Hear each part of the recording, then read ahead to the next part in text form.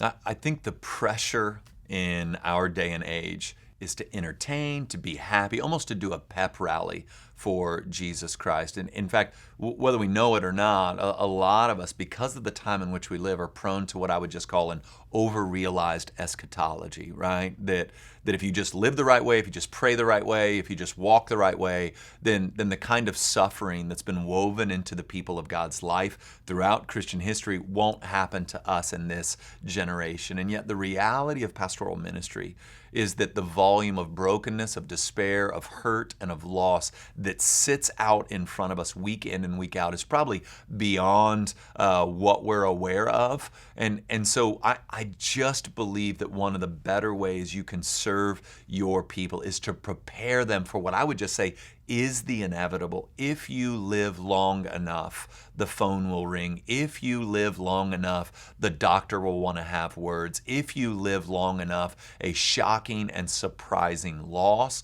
or moment of pain and sorrow will invade the monotony of day in and day out life. And so as a minister of the gospel of Jesus Christ, one of the best things you can do is prepare your people for this moment. Listen, the Bible doesn't lie. I've always said that the Bible is a really gritty, honest book. It does not shrink back from these realities. And so pastors, friends, you should not shrink back from this reality. If the Bible doesn't, we should not. We should help people, prepare people, encourage people so that in the day of trouble, they've been given a foundation on which to stand. If it's always weddings and resurrections and there's never funerals and there's never loss, then you really set your people up to be blindsided by the reality of a Genesis 3 world. So, pastor, friend, I want to encourage you and maybe even your people, not maybe even your people, maybe especially your people,